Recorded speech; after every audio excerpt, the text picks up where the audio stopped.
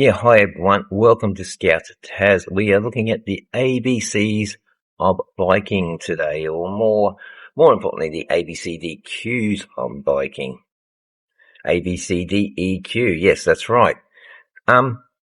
This is something that I do before we do any ride, whether it's just a ride around the town or a rail trail or even mountain biking, making sure that your bike is safe and secure for you to ride, and you're not going to run into too bigger problems.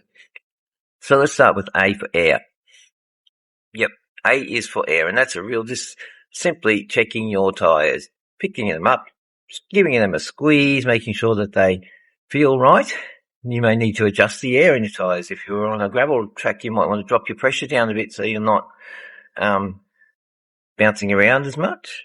Or if you're on the road, you might need to put air in your tyres. You can do that by giving a squeeze. Then if you need to pump them up, grab your pump out and do some pumping. Okay. B is for brakes. That's it. Easily and very explanatory.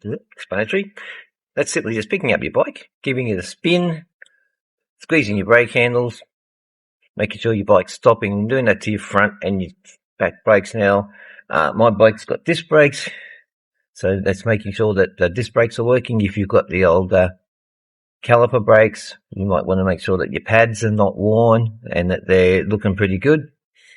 And so that's B for brakes. C is for chain, making sure that your chain is okay, it's fully lubed, making sure that it's no breaks and it's not rusty, that the sprockets around your chain, around your pedals are looking pretty good. Just checking your chain is fine in the derailleur as well, making sure that it is looking good from top to bottom. So we've done the ABC, we're up to D. Now D is for the drop test. What's the drop test? Now the drop test is a very simple thing. You just pick up your bike about 5 centimeters off the ground and you drop it. Then the reason you do that is to see if there's anything loose, anything that might fall off, anything like that. It's just called the drop test. Now, a story with the drop test is that when I actually got this bike about 12 months ago, one of the first things I did was the Kingaroy to Kilkevin Rail Trail, which is this video here. And thank you for the people watching that. It's a very popular video and I appreciate people watching it. Thank you very much. But on the second day I did the drop test and my front derailleur must have been loose and it dropped right down. And so it was a quick sort of repair and guess to where it actually sits here, and we got it up and going, and I did manage to finish the ride, the 44 odd Ks that it was.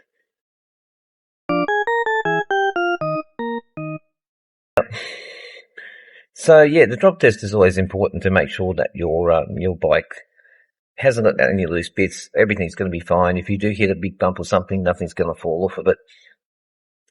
So E is for ends. Ends is the ends of your